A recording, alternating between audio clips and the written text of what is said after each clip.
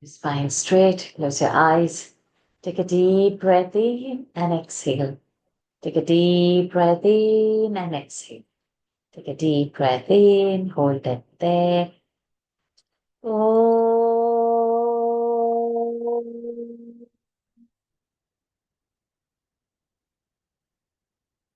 Oh.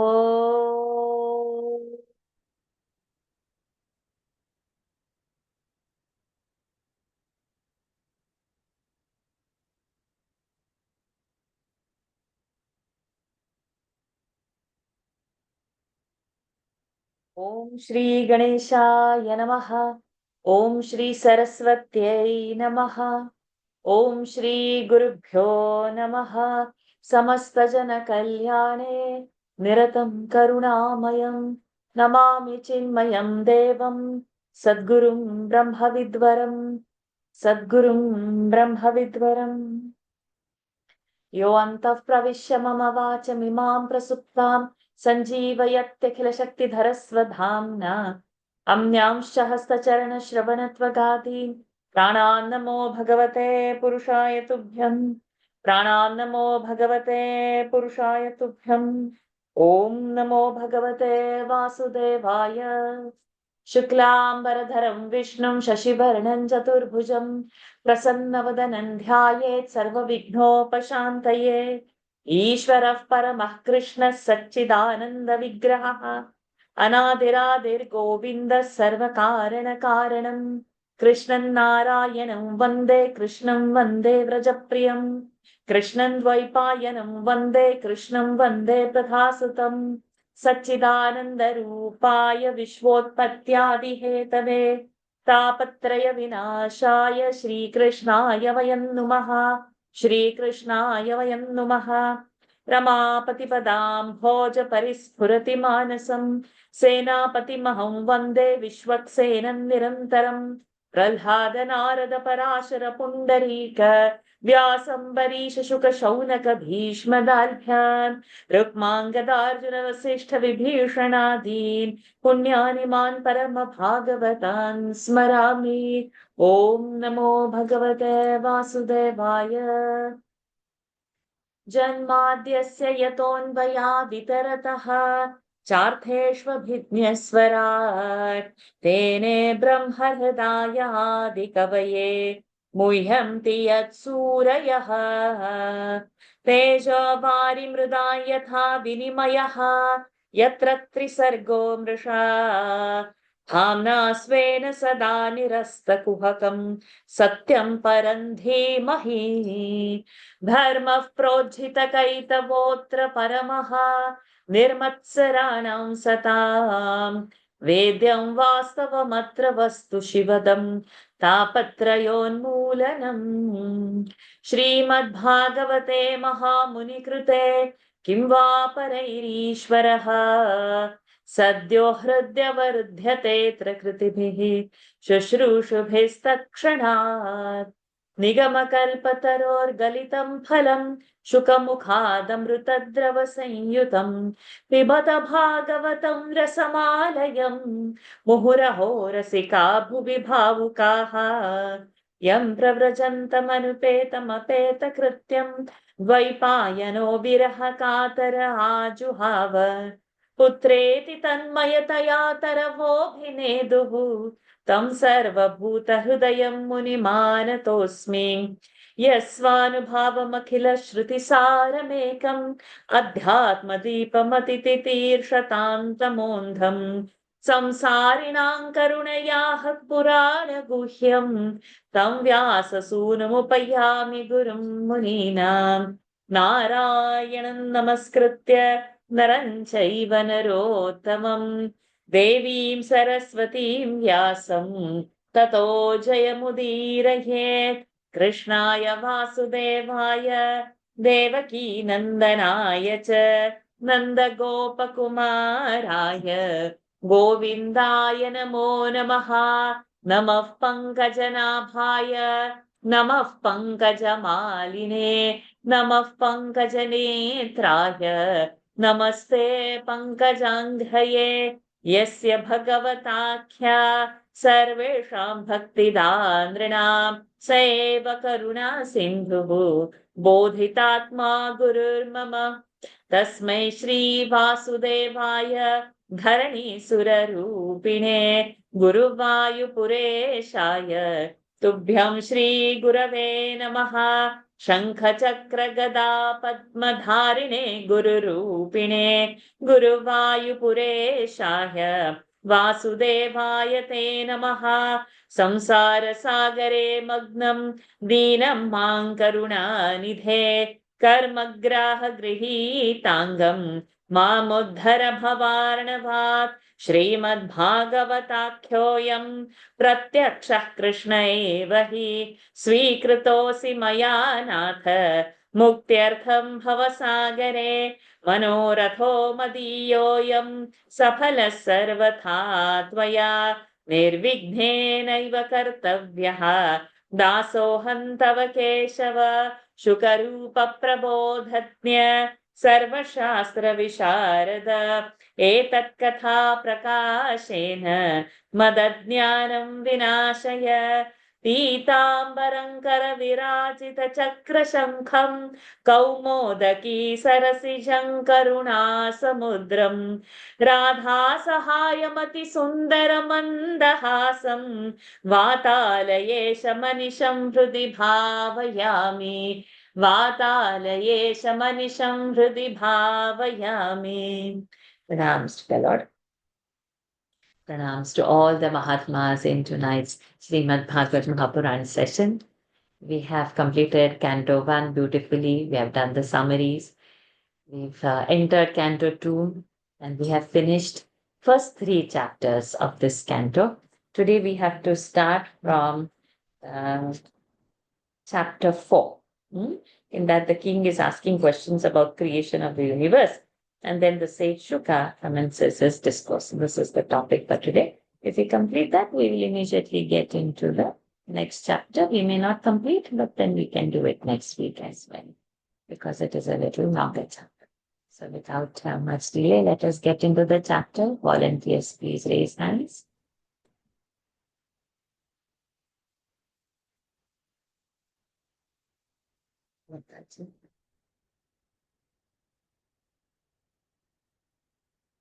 Mataji, you are ready? Suta uvacha Vaiyasake vachaha tattvanishchayamaatmanaha Upadharya matin Krishne Auttareya satim vyadhat Atmajaya sutagara pashudravina bandhushu Atmajaya sutagara pashudravina bandhushu Rajye cha vikale nityam Rajye cha vikale nityam Virudha mamatanjahau.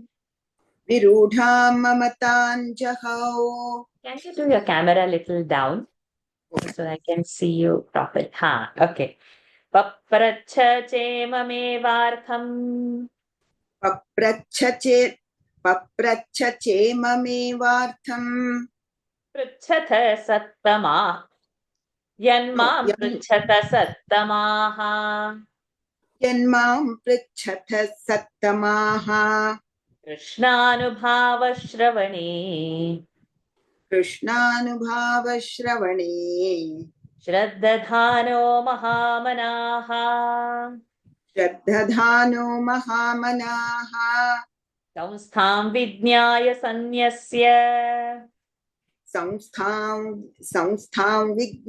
sanyasya karmatraivargikam chayat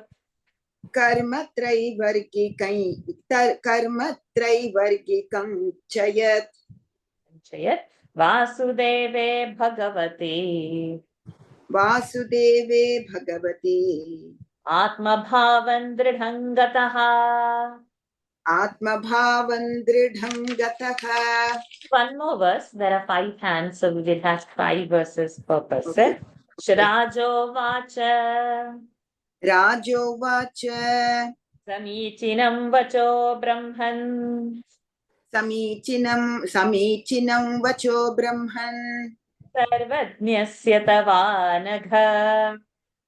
Sarvajnasya tavanagha. Namo vishiryate muhyam.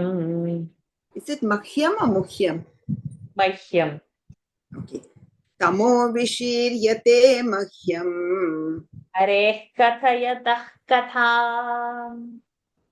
Hare Hare kathayatah katham.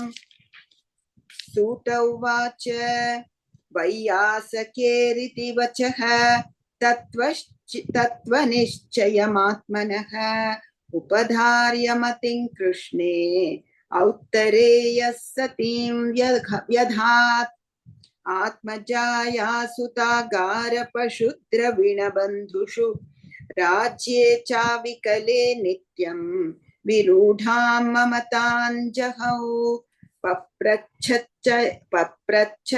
mamevartham Yenmam pruchata sattamaha Krishnanubhava shravane Shraddhano mahatmanaha संस्थां विज्ञाय सन्न्यस्य कर्मत्रैवर्गिकं च यत् वासुदेवे भगवति आत्मभावं दृढं गतः राजोवाच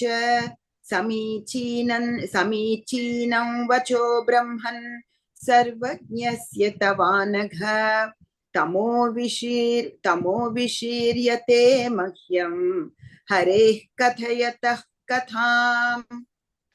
Okay, Lataji. For the next chapter, if we have time, we'll call again. Suta continued. On hearing these words of Sri Shuka, the son of Vyasa, which enabled him to ascertain the truth concerning the Supreme Spirit, King Parikshit, the son of Uttara, exclusively devoted his pious mind to Sri Krishna's feet. He shook off in a moment the deep-rooted attachment which he had conceived all that time for his own body, wife, sons, residence, animals, wealth, and kingsmen as well as for his kingdom that had known no trouble. Having come to know of his death beforehand, the high-minded Parikshit renounced all his duties connected with the first 3 objects of human pursuit, that is Dharma, Artha and Kama. He then established his complete identity with Lord Vasudeva, and full of deep reverence for hearing the glory of Sri Krishna, asked Sri Shuka the same question which you are now asking me, O most holy ones. Suta uvacha Vaiyasakerithi vachaha Tattvanischayamaatmanaha Upadharya matim Krishne Auttareya satim vyadhat Atmajaya sutagara pashudra vinabandhushu Rajye chavikale nityam virudha mamatanjahau Paprachache ममेवार्थं यन्मां पृच्छत सत्तमाः कृष्णानुभावश्रवणे श्रद्दधानो महामनाः संस्थां विज्ञाय सन्न्यस्य कर्मत्रैवर्गिकं च यत् वासुदेवे भगवती आत्मभावं दृढं गतः. Next line we will do with the next thing. Vidyaji for next 5 verses. भूय एव विवित्सामि. You have to also say the Rajovacha, no? We finished that line. Lataji did already. You are doing the 6th verse now.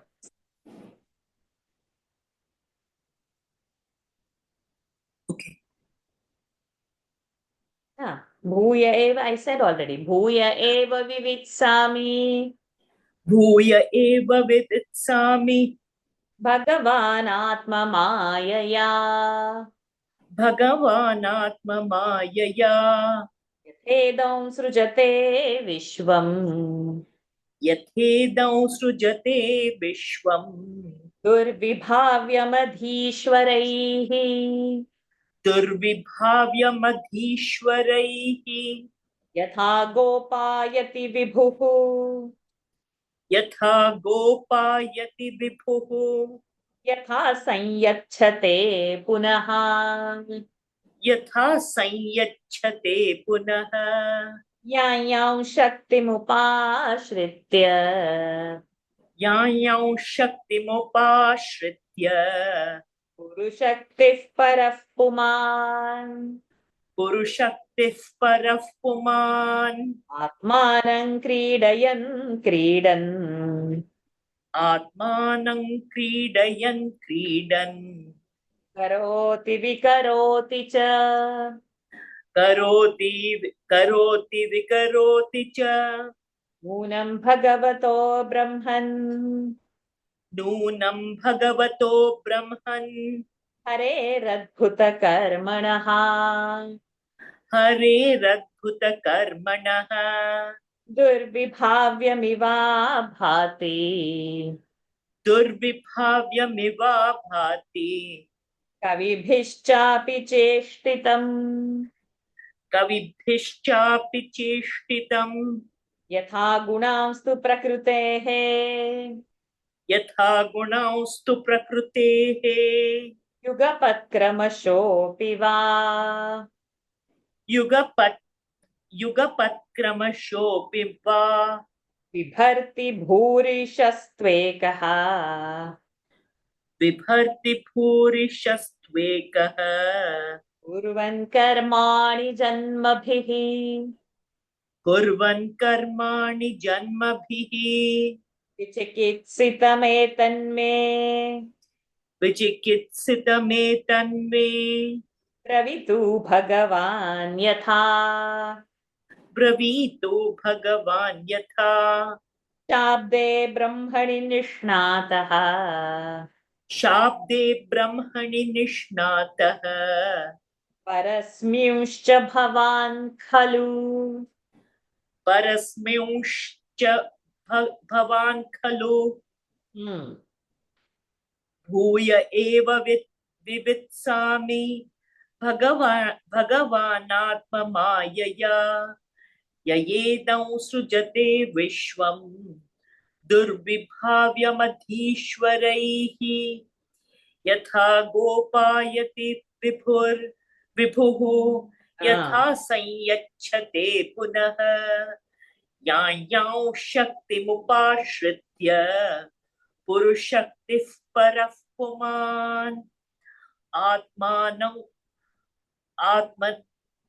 आत्मानं क्रीडयन् क्रीडन् आत्मानं क्रीडयन् क्रीडन् करोति विकरोति च नूनं भगवतो ब्रह्मन् हरेरद्भुतकर्मणः दुर्विभाव्यमिवा भाति कविभिश्चापि चेष्टितम् यथा गुणांस्तु प्रकृतेः युगपत्क्रमशोऽपि वा बिभर्ति भूरिशस्त्वेकः कुर्वन् कर्माणि जन्मभिः विचिकित्सितमेतन्मे ब्रवीतु भगवान् यथा शाब्दे ब्रह्मणि निष्णातः परस्मिंश्च भवान् खलु. Good.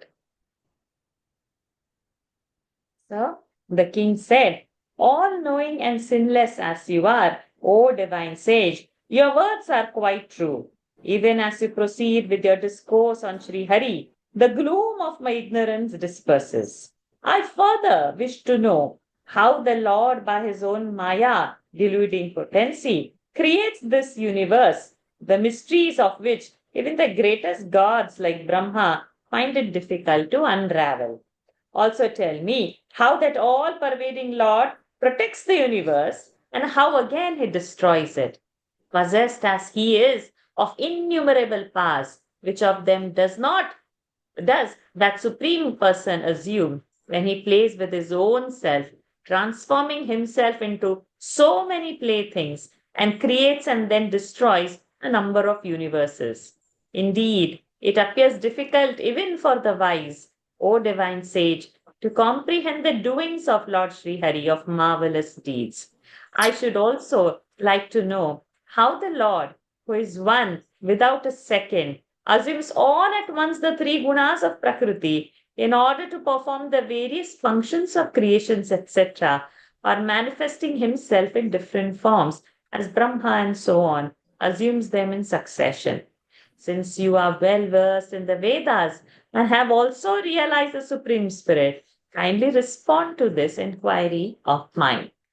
राजोवाच समीचीनं वचो ब्रह्मन् सर्वज्ञस्य तवानघ तमो विशीर्यते मह्यं हरेः कथयतः कथाम् भूय एव विवित्सामि भगवानात्ममायया यथेदं सृजते विश्वं दुर्विभाव्यमधीश्वरैः यथा गोपायति विभुः यथा संयच्छते पुनः यां शक्तिमुपाश्रित्य पुरुशक्तिः परः पुमान् आत्मानं क्रीडयन् क्रीडन् करोति विकरोति च नूनं भगवतो ब्रह्मन् हरेरद्भुतकर्मणः दुर्विभाव्यमिवा भाति कविभिश्चापि चेष्टितम् यथा गुणांस्तु प्रकृतेः युगपत्क्रमशोऽपि वा बिभर्ति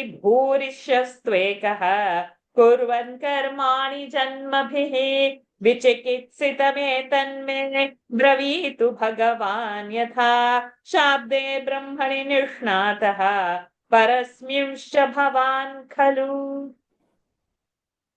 Sajeev ji, next 5 verses.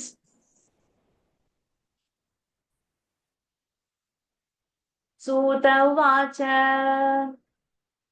सूत उवाच इत्युपामन्त्रितो राज्ञा इत्युपामन्त्रितो राज्ञा गुणानुकथने हरेः गुणानुकथने हरेः ऋषिकेशमनुस्मृत्य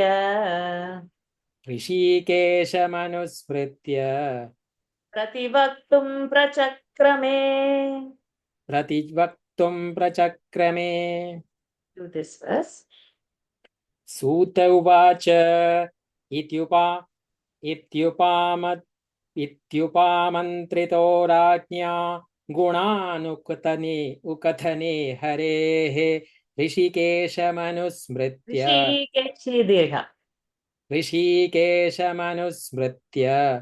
प्रतिवक्तुं प्रचक्रमे.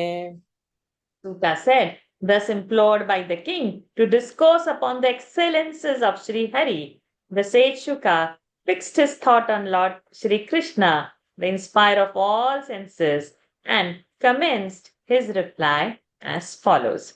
Suta uvacha ityupamantrito ratnya gunanukathane harehe rishikesham anusmritya prativaktum prachakrame. So mark this as Shukadev Prarthana. So what is going to happen is Shukadev Prarthana. Sajivji will do now next 4 mantras. Shri Shuka Uvacha. Shri Shuka Uvacha. Namah Parasmai Purushaya Bhuyase. Namah Parasmai Purushaya Bhuyase. Sadudbhavasthana Nirodha Leelaya. Sadudbhavasthana Nirodha Leelaya. Grihita Shakti Tritayaya Dehinam. Grihita Shakti Tritayaya Dehinam. Did I say something different? Grihita Shakti Tritayaya Dehinam. Grihita Shakti Tritayaya Dehinam. Antarbhavayanupalakshya Vartmane.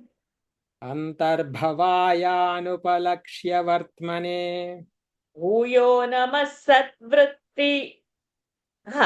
भूय भूयो नमः सद्वृजिनच्छिदे सताम् भूयो नमः सद्वृजिनच्छिदे सताम् असम्भवायाखिलसत्त्वमूर्तये असम्भवायाखिलसत्त्वमूर्तये पुंसां पुनः पारमहंस्य आश्रमे पुंसां पुनः पारमहंस्य आश्रमे व्यवस्थितानामनुमृग्यदाशुषे व्यवस्थितानामनुमृग्यदाशुषे नमो नमस्ते स्पृशभाय सात्वताम् नमो नमस्ते स्त्रुषभाय सात्वताम् नमो नमस्ते स्पृ. So you take it with namaste. So half so is got with namaste. Then the balance will be Vrishabhaya. नमो नमस्ते स्पृशभाय सात्वताम् Correct. Vidurakaष्ठाय मुहुः विदूरकाष्ठाय मुहुः निरस्तसाम्यातिशयेन राधसा निरस्तसाम्यातिशयेन राधसा स्वधामनि ब्रह्मणि रंस्यते नमः स्वधामनि ब्रह्मणि रंस्यते नमः So Swadhamani Brahmani, it is a dvitva and not a visarga, not nibra. So nib has to happen. स्वधामनि ब्रह्मणि रंस्यते नमः Correct. Yat kirtanai yat smaranai yadikshanam. यत् कीर्तनं यत् स्मरणं यदीक्षणम् Yad vandanai yat shravanai yadarhanam. यद्वन्दनं यच्छ्रवणं यदर्हणम् Lokasya sadyo vidhunoti kalmasham. लोकस्य सद्यो विधुनोति कल्मषम् तस्मै सुभद्रश्रवसे नमो नमः तस्मै सुभद्रश्रवसे नमो नमः श्रीशुक उवाच नमः परस्मै पुरुषाय भूयसे सदुद्भवस्थाननिरोधलीलया गृहीतशक्तित्रितयाय देहिनाम् अन्तर्भवायनुपलक्ष्य वर्त्मने भूयो नमः सद्वृजिनच्छिदे सताम् असम्भवायाखिलसत्त्वमूर्तये पुंसां पुनः पारमहंस्य आश्रमे व्यवस्थितानामनुमृग्यदाशुषे नमो नमस्ते स्त्रिवृषभाय सात्वताम् विधूरकाष्ठाय मुहुः निरस्तसाम्यातिशयेन राधसा स्वधामनि ब्रह्मणि संस्यते नमः यत् कीर्तनं यत् स्मरणं Did you say Sramsyate? What did you say? रंस्यते Okay. यत् कीर्तनं यत् स्मरणं यदीक्षणं यद्वन्दनं यच्छ्रवणं यदर्हणं लोकस्य सद्यो विधुनोति कल्मषम् तस्मै सुभद्रश्रवसे नमो नमः Thank you, Sajiv ji. I'll read it all together later after the meeting. Nikhila ji. Next 5. विचक्षणायच्चरणोपसादनात् विचक्षणायच्चरणोपसादनात् सङ्गं व्युदस्यो भयतोऽन्तरात्मनः सङ्गं व्युदस्यो भयतोऽन्तरात्मनः विन्दन्ति हि ब्रह्मगतिं गतक्रमाः विन्दन्ति हि ब्रह्मगतिं गतक्लमाः तस्मै सुभद्रश्रवसे नमो नमः तस्मै सुभद्रैश्रवसे नमो नमः तपस्विनो दानपरायशस्विनः तपस्विनो दानपरायशस्विनः मनस्विनो मन्त्रविदः सुमङ्गलाः मनस्विनो मन्त्रविदः सुमङ्गलाः क्षेमन्न विन्दन्ति विनाय दर्पणम् क्षेमन्न विन्दन्ति विनाय दर्पणम् तस्मै सुभद्रश्रवसे नमो नमः तस्मै सुभद्रश्च स्रवसे नमो नमः Again. करेक्ट् तस्मै सुभद्रश्रवसे नमो नमः किरातहूणान्ध्रपुलिन्दपुल्कसा किरातहूणान्ध्रपुलिन्दपुकल् Correct. आभीरकङ्कायवनाः कदा sorry स्वसादय आभीरकङ्कायवनाः स्वसादयः आभीरकङ्कायवनः खसादयः It's swa, right? It's not her. It's kha here in my book. Kha Looks like her. khasad. Huh? It's her. Yeah, it's kha. Yeah, that yeah. It is Khasadayah. Khasadayah. Oh. आभीरकङ्कायवनः खसादयः आभीरकङ्कायवनः खसादयः Wouldn't that kha join from below? And Yeah, this is swa? So normally the kha will join right down. with the va, right? That ra which joins the va, it becomes kha. Yeah, it is like that. And in the English also, khasas is there. Is it? Okay. I don't know. Okay.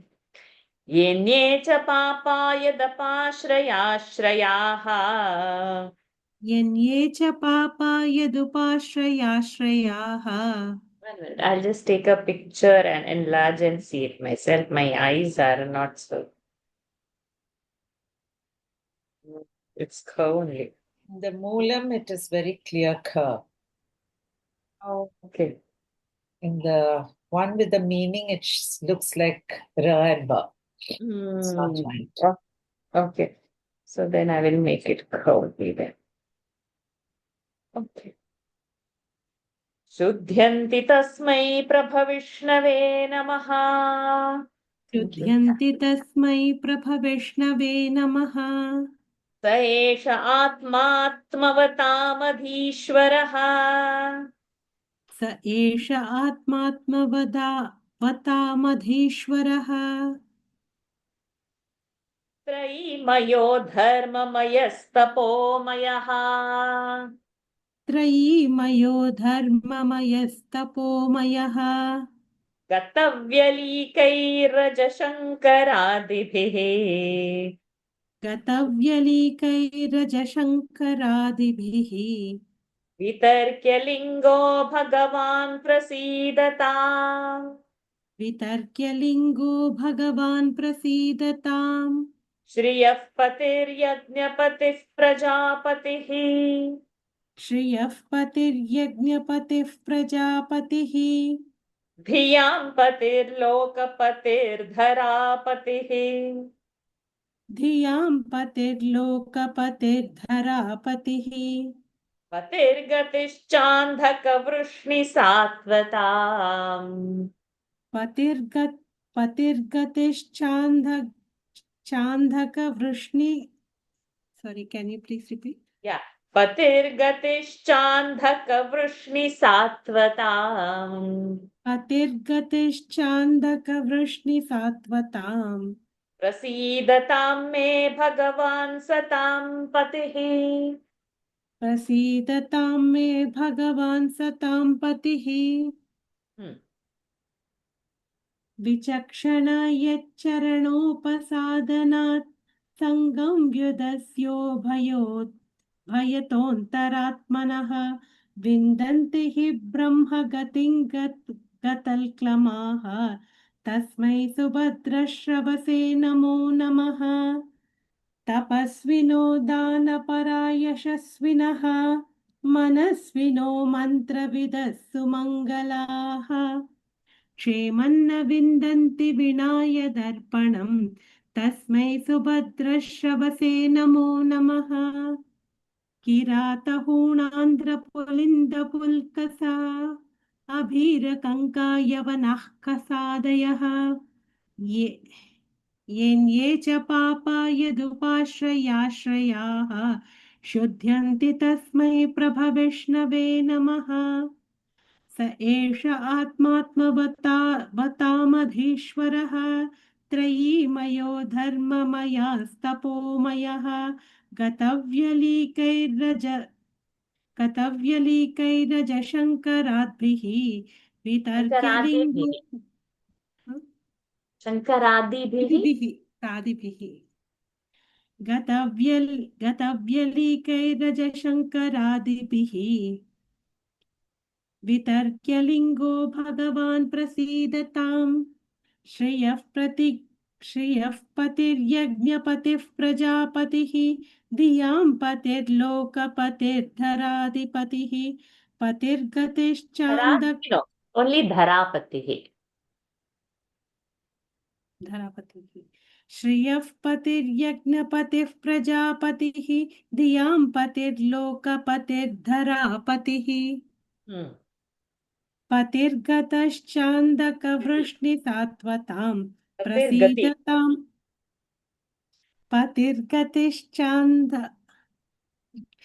पतिर्गतिश्चान्दकवृष्णिसात्वतां प्रसीदतां मे भगवान् सतां पतिः.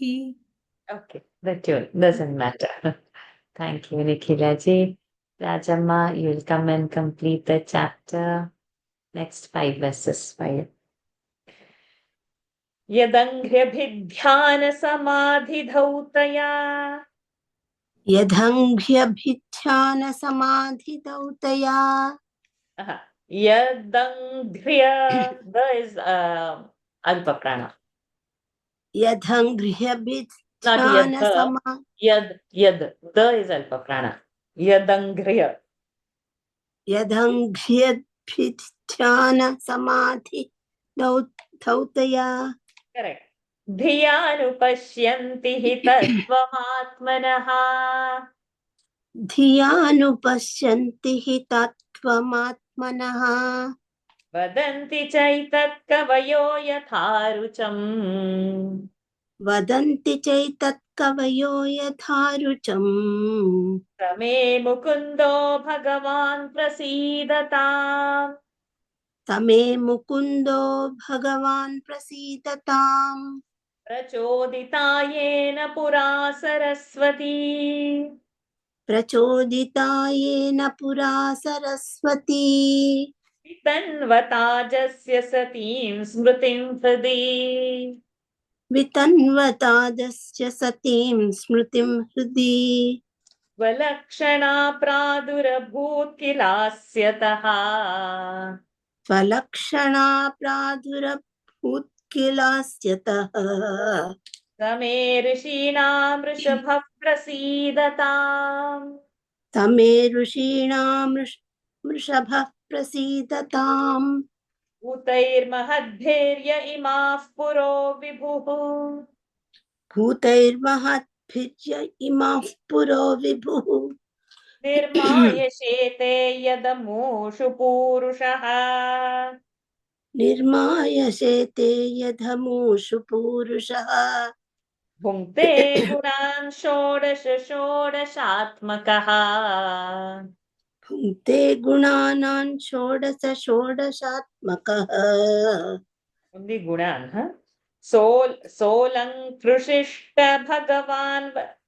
सोऽलङ्कृशिष्ट भगवान् वचांसि मे सोऽलङ्कृशिष्ट भगवान् वचांसि मे नमस्तस्मै भगवते नमस्तस्मै भगवते वासुदेवाय वेधसे वासुदेवाय वेधसे वपुर्ज्ञानमयं सौम्या वपुर्ज्ञानमयं सौम्या यन्मुखाम्बुरुहासवम् यन्मुखाम्बुरुहासवम् एतदेवात्मभूराजन् एतदेवात्मभूराजन् नारदाय विपृच्छते नारदाय विपृच्छते वेदगर्भोऽभ्यधात् साक्षात्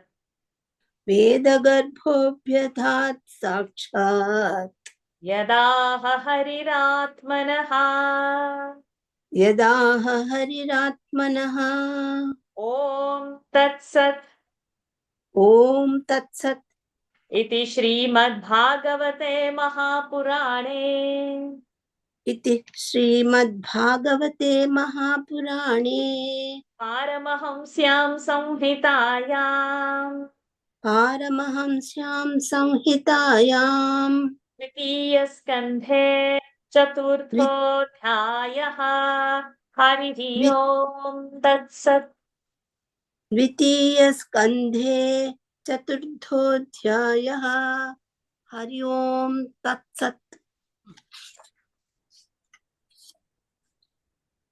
I have to start from 19. You have to start from 21.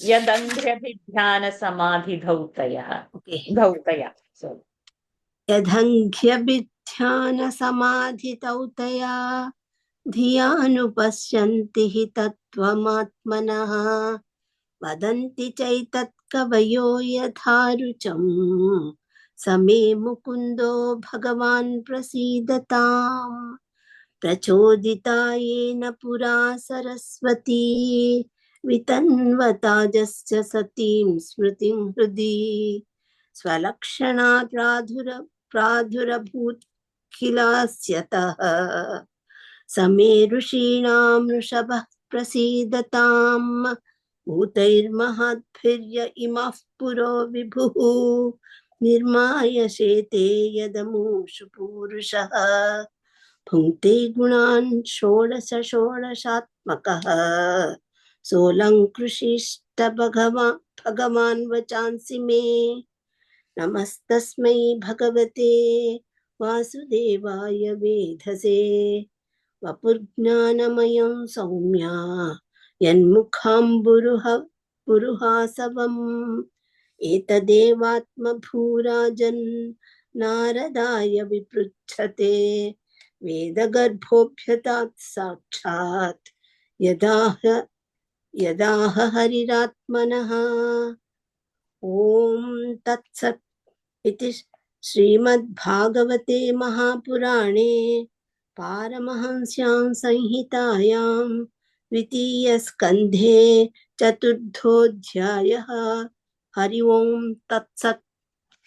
thank you, Ma. I'll call again for the next chapter. Let's first finish this. Shri Sukha said, so this is Shuka Prarthana. Obeisance to that Supreme Person of infinite glory, who in order to carry on his sportful activity of creating, preserving and destroying the universe has, in the form of Vishnu, Brahma and Shiva, assumed the three Shaktis in the shape of Sattva, harmony, Rajas, activity and Tamas, darkness. Nay, who is the inner controller of all beings and whose true nature and ways cannot be apprehended through the intellect. Salutations again to him who roots out the sorrows and sufferings of the virtuous and bestows on them the boon of his love, who puts a stop to the material growth of the wicked and grants them liberation, and further confers on those who have entered the order of Paramahamsas, recluses, the boon of self-realization sought after by them. For all animate and inanimate beings are his manifestations, and hence he has no partiality for or prejudice against anyone. Hail, hail to you who foster your devotees but are far from the reach, elude the grasp of those that are destitute of devotion, and who, by virtue of your divine nature, unequaled and unsurpassed, delight in your own essence, which is known by the name of Brahma, the Absolute. Salutations again and again to that Lord of foremost auspicious renown, by singing whose praises, by thinking of, seeing, greeting, and adoring whom, and by hearing whose glory, men are cleansed of their impurities at once. Hail, hail to that Lord of most blessed renown, by taking refuge in whose feet the wise shake off from their mind the attachment to this as well as to the other world, and attain to the state of Brahma without any exertion. Ascetics and those devoted to charity, men of high repute, and those who have controlled their mind and senses, the knowers of the mantras, and men of righteous conduct, never attain blessedness without dedicating themselves to his feet. To that Lord of most blessed renown, we make obeisance again and again.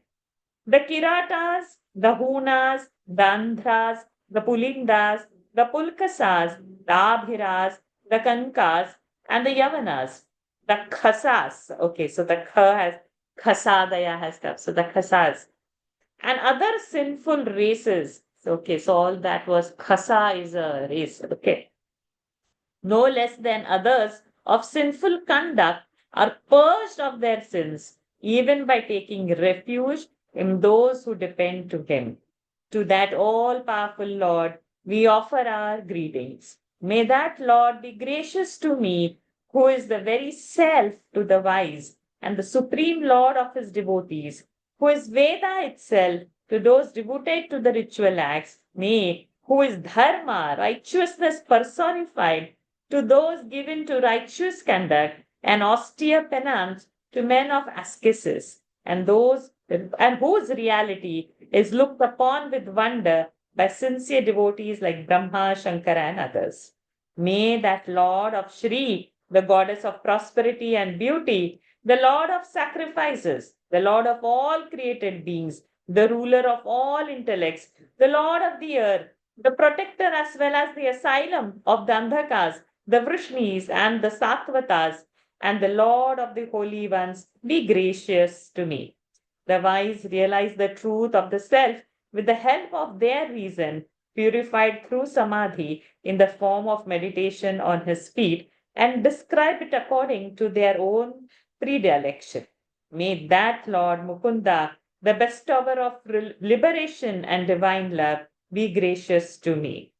Egged on by him at the dawn of creation to revive in Brahma's heart the memory of the past cycle, Saraswati, the goddess of wisdom, appeared on the latter's mouth in the form of the Vedas, with all her limbs in the form of Shiksha, phonetics, grammar, and so on.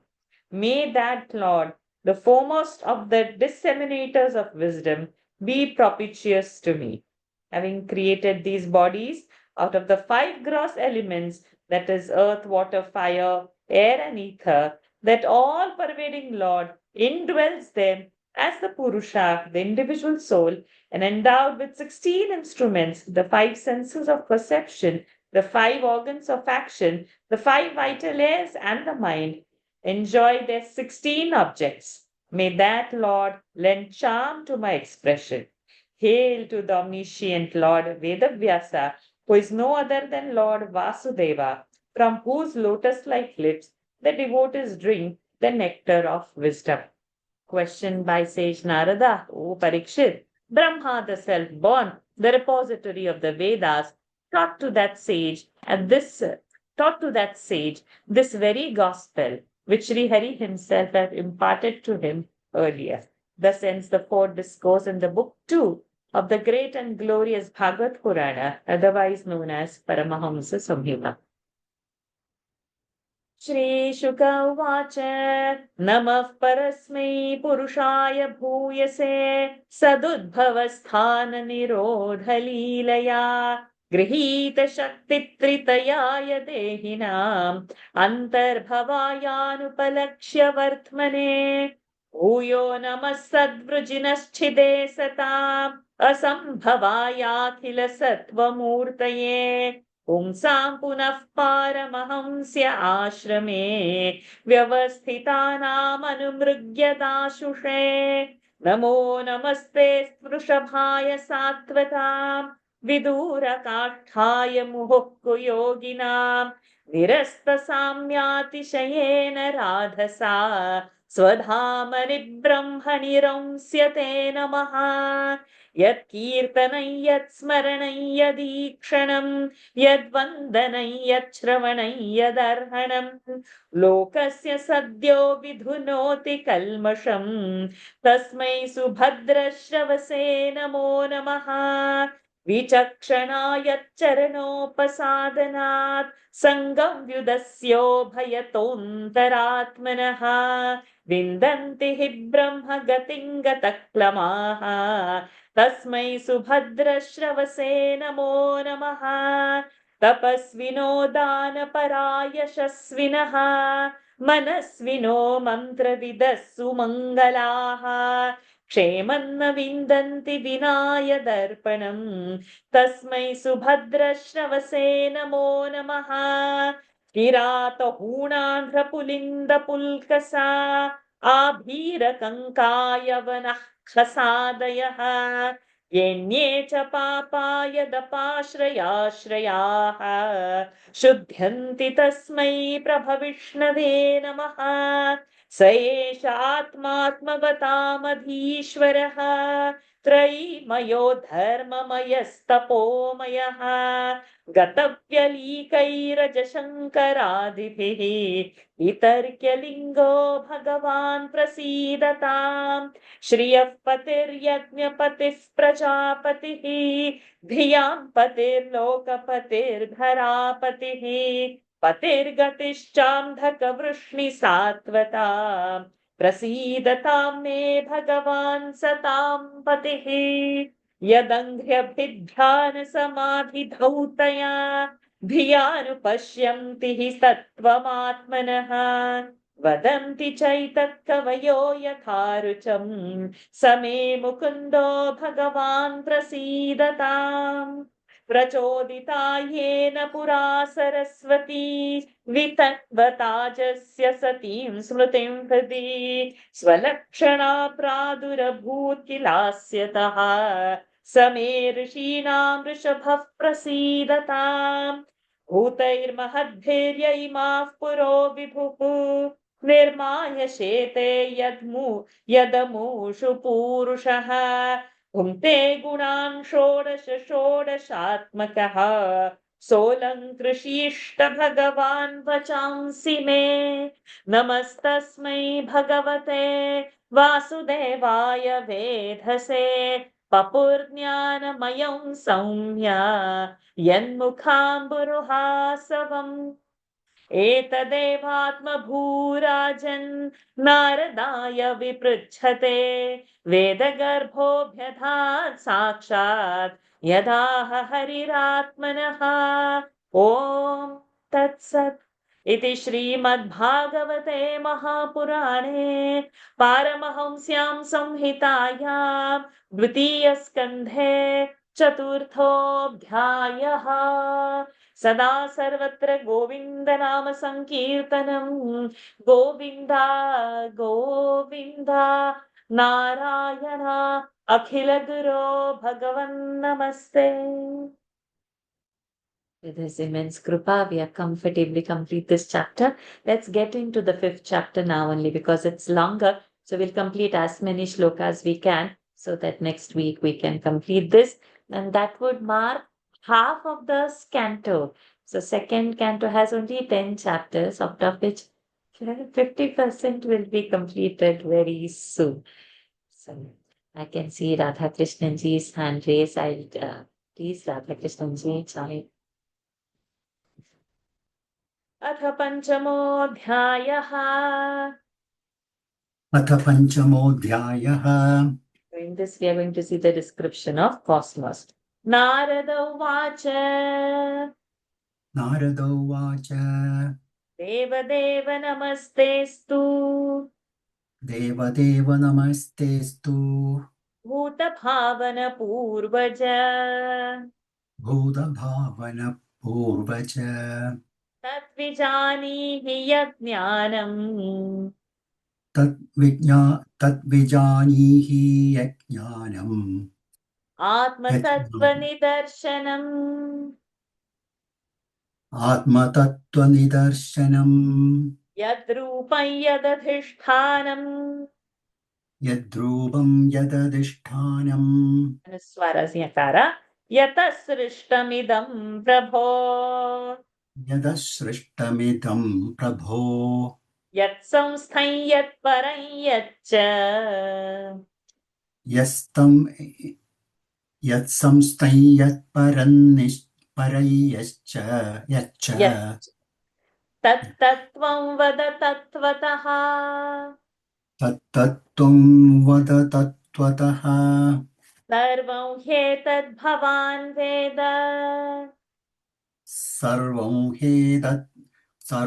ह्येतद्भवान् वेद भूतभव्यभवत् प्रभुः भूतभव्यभवत् प्रभुः करामलकवद्विश्वम् करामलगवत् विश्वम् विज्ञानावसितं तव विज्ञानावसितं तव यद्विज्ञानो यदाधारः यद्विज्ञानो यदाधारः यत्परस्त्वं यदात्मकः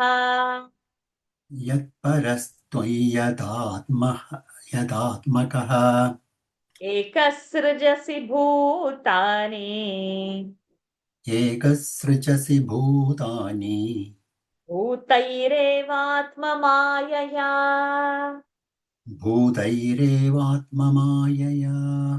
आत्मन् भावयसे तानि आत्मन् भावयसे तानि न पराभावयन् स्वयम् न पराभावयन् स्वयम् आत्मशक्तिमवष्टभ्यः आत्मशक्तिमवष्टभ्यः पूर्णनाभिरिवाक्लमः पूर्णनाभिरिवाक्लमः नाहं वेद परं ह्यस्मिन् नाहं वेद परं ह्यस्मिन् नापरन्न समं विभो नापरन्न समं विभो नामरूपगुणैर्भाव्यम् नामरूपगुणैर्भाव्यम् सदसत्किञ्चिदन्यतः सदसत् किञ्चिदन्यतः स भवानचरद्घोरम् स भवानचरत् घोरम् यत्तपस्सु समाहितः यत्तपस्सु समाहितः तेन खेदयसे नस्त्वम् तेन खेदयसेनस्त्वम् पराशङ्कां प्रयच्छसि पराशङ्कां प्रयच्छसि एतन्मे पृच्छतः सर्वम् एतन्मे पृच्छतः सर्वम् सर्वज्ञ सकलेश्वर सर्वज्ञः सकलेश्वर विजानीहि यथैवेदम् विजानीहि यथैवेदम् अहं बुद्ध्येनुशासितः अहं बुद्धेनुशासितः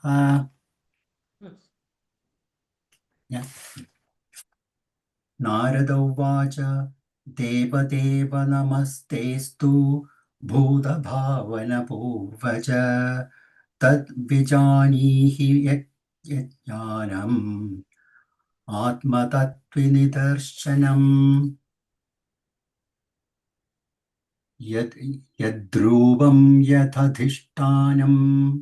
यद्रूपं यदधिष्ठानं यदसृष्टमिदं प्रभो यत्संस्थं यत्परं वाच्यच्च तत्त्वं वद तत्त्वतः सर्वं ह्येतद्भवान् वेद भूतभव्यभवत् प्रभुः करामलकवद् विश्वं विज्ञानावस्थितं तव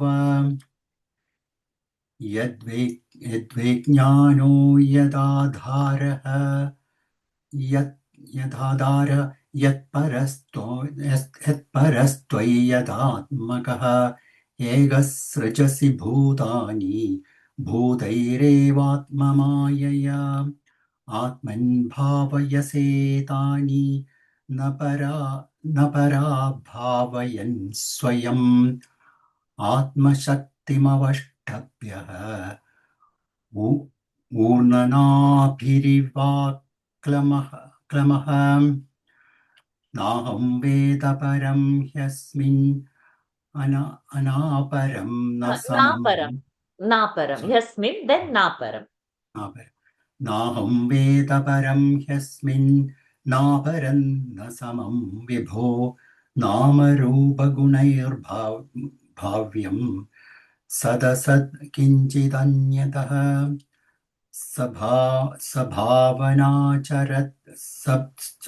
सभावनचरत् घोरं यत्तव सुसुमाहितः तेन खेदयसे नस्त्वं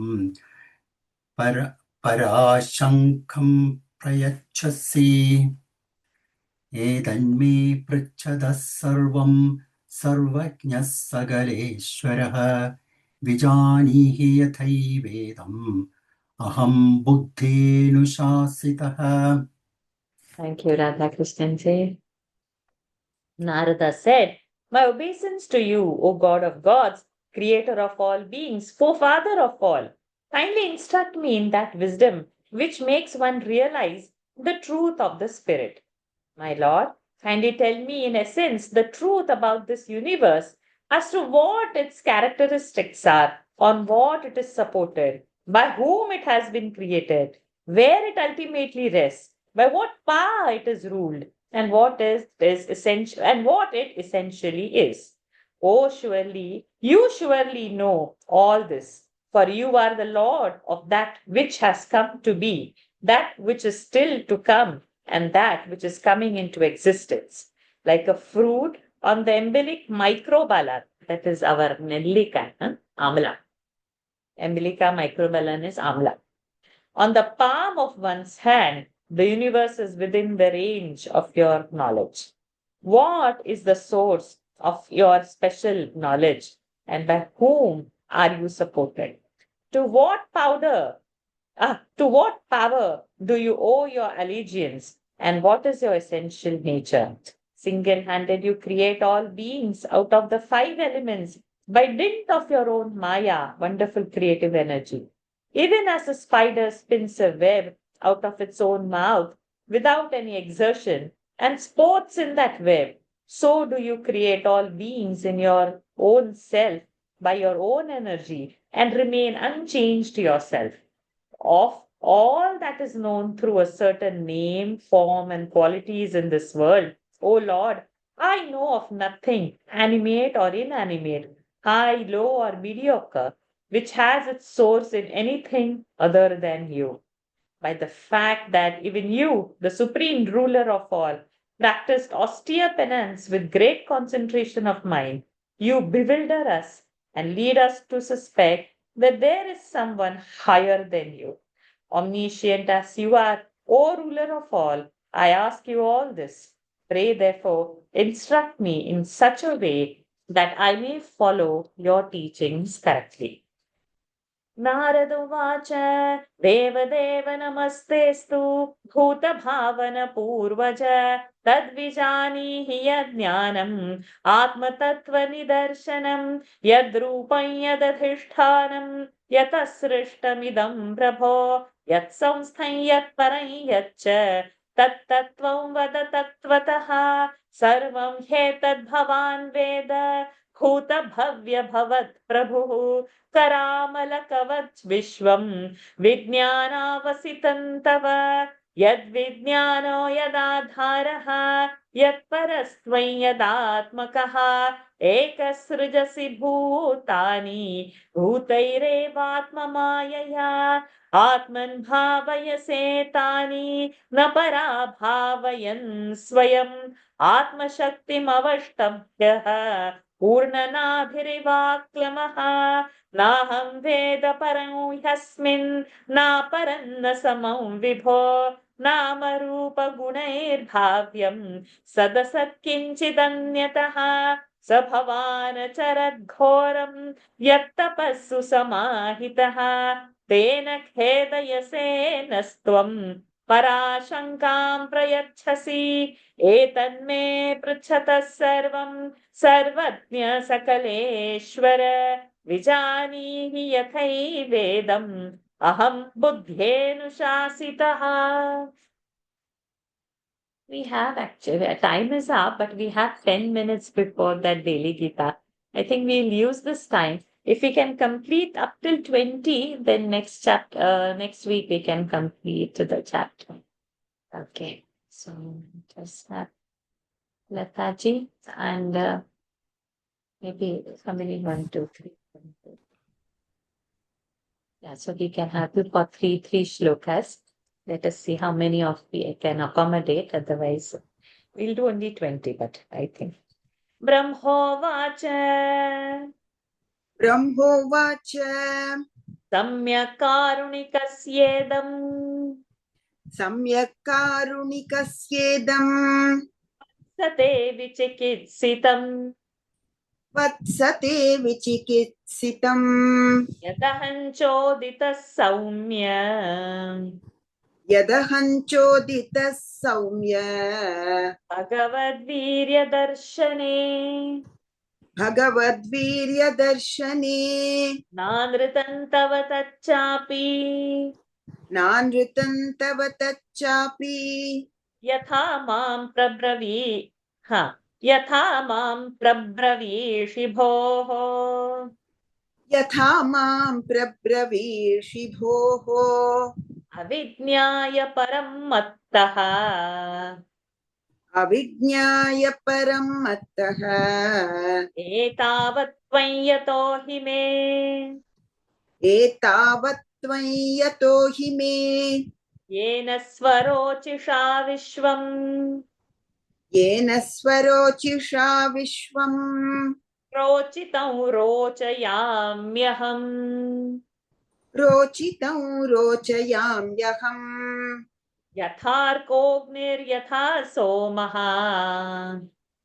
यथार्कोऽग्निर्यथा सोमः यथर्क्षग्रहतारकाः यथर्क्षग्रहतारकाः ब्रह्मोवाच सम्यक् कारुणिकस्येदं वत्सते विचिकित्सितम् यदहञ्चोदितः सौम्य भगवद्वीर्यदर्शने नानृतं तव तच्चापि यथा मां प्रब्रवीषि भोः अविज्ञाय परं मत्तः एतावत् त्वं यतो हि मे येन स्वरोचिषा विश्वं रोचितं रोचयाम्यहम् यथार्कोऽग्निर्यथा सोमः यथर्क्षग्रहतारकाः. Thank you, Lataji. Sajiv ji for next 3. तस्मै नमो भगवते वासुदेवाय धीमहि यन्मायया दुर्जयया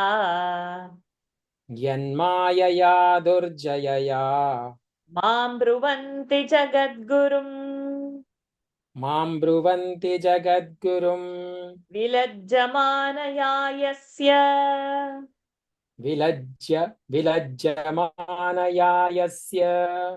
स्थातुमीक्षापथे मुया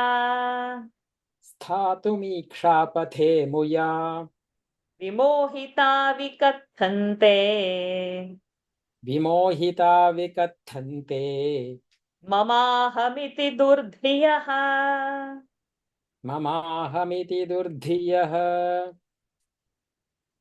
द्रव्यं कर्म च कालश्च द्रव्यं कर्म च कालश्च स्वभावो जीव एव च स्वभावो जीव एव च वासुदेवात् परो ब्रह्मन् वासुदेवात् परो ब्रह्मन् न चान्योऽर्थोऽस्ति तत्त्वतः न चान्योऽर्थोऽस्ति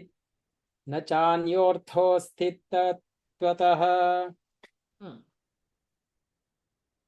तस्मै नमो भगवते वासुदेवाय धीमहि यन्मायया दुर्जयया मां ब्रुवन्ति जगद्गुरुं विलज्जमानया यस्य स्थातुमीक्षापथे मुया विमोहिता विकथन्ते ममाहमिति दुर्धियः द्रव्यं कर्म च कालश्च स्वभावो जीव एव च वासुदेवात् परो ब्रह्मन् न चान्योऽर्थोऽस्ति तत्त्वतः Sachichi, Rajamma, from next 3 verses, out of which the first 2 verses we have to memorize, Mark 15 and 16. Narayana para vedaha Narayana परा वेदाः deva narayanangajaha देवा नारायणाङ्गजाः narayana para lokaha नारायण परा लोकाः narayana paramakhaha नारायण परा मखाः नारायण परो योगः नारायण परो योगः नारायण परन्तपः नारायण परं तपः नारायण परं ज्ञानम् नारायण परं ज्ञानम् Narayana परागतिः Narayana परागतिः Good shlokas for memorizing. तस्यापि द्रष्टुरीशस्य तस्यापि द्रष्टुरीशस्य कूटस्थस्याखिलात्मनः कूटस्थस्याखिलात्मनः सृज्यं सृजामि सृष्टोऽहम् सृज्यं सृजामि सृष्टोऽहम्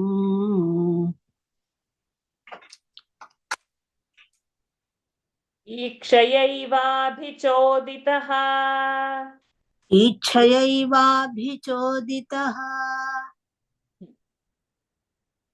Shall I repeat? Yes, 3. Narayana परा वेदाः देवा नारायणं गजाः नारायण परा लोकाः नारायण परा मखाः नारायण परो योगः नारायण परं तपः नारायण परं ज्ञानम् नारायण परागतिः तस्यापि द्रष्टुरीशस्य कूटस्थस्याखिलात्मनः सृज्यं सृजामि सृष्टोऽहम् इच्छयैवाभिचोदितः. Rajamma, Nikhilji, the last 3 for you. Sattvam rajastama iti सत्त्वो रजस्तम इति निर्गुणस्य गुणास्त्रयः निर्गुणस्य गुणास्त्रयः स्थितिर्सर्गनिरोधेषु स्थितिसर्गनिरोधेषु गृहीता मायया विभोः गृहीता मायया विभोः कार्यकारणकर्तृत्वे कार्यकारणकर्तृत्वे द्रव्यज्ञानक्रियाश्रयाः द्रव्यज्ञानक्रियाश्रयाः. Somebody put in daily Gita within 2 minutes or ask 3 minutes more. Badhanti nityada muktam बध्नन्ति नित्यदा मुक्तम् मायिनं पुरुषं गुणाः मायिनं पुरुषं गुणाः स एष भगवान् लिङ्गैः त एष भगवान् लिङ्गैः त्रिभिरेभिरधोक्षजः त्रिभिरेभिरधोक्षजः स्वलक्षितगतिर्ब्रह्मन् स्वलक्षितगतिर्ब्रह्मन् सर्वेषां मम चेश्वरः सर्वेषां मम चेश्वरः सत्त्वं रजस्तम इति निर्गुणस्य गुणास्त्रयः स्थितिसर्गनिरोधेषु गृहीता मायया विभोः कार्यकरणकर्तृत्वे द्रव्यज्ञानक्रियाश्रयाः बध्नन्ति नित्यदा मुक्तं मायिनं पुरुषं गुणाः स एष भगवान् लिङ्गैः त्रिभिरेभिरधोक्षजः स्वलक्षितगतिर्ब्रह्मन् सर्वेषां मम चेश्वरः. So next week we'll read the meaning and then I'll do, and then we can continue, which gives us 22 more verses. So we'll complete the chapter next week and get into the 6th chapter. Let's end this session. If any doubts are there, please WhatsApp me. Om Purnamadah Purnamidam Purnat Purnamudachyate Purnasya Purnamadaya Purnamevavashishyate. Om Shanti Shanti Shanti. Harihi Om Shri Gurubhyo Namaha. Harihi Om Shri Krishnarpanamastu. Hari Om everyone. Thank you for joining. Veena, you'll put in the group. Dhanyavadah. The Sukha Prarthana, Veena. The Sukha Prarthana, he would put in the group in your voice. Okay, will do. We have to hear you. Nothing like that. You do it so beautifully. I will. Yes, thank you. Thank Thank you, you. everyone. See you all next Thank week. you. What a grace. No, we went I know. uninterrupted today. Went forward. How much I had No desired. disturbance. That was good. And it's raining. Yeah, and it was very clear. No problems today. Very nice. Thank you. Oh, honestly, had wished the class should happen. See you all in daily Gita. Hari Om. Hari Om.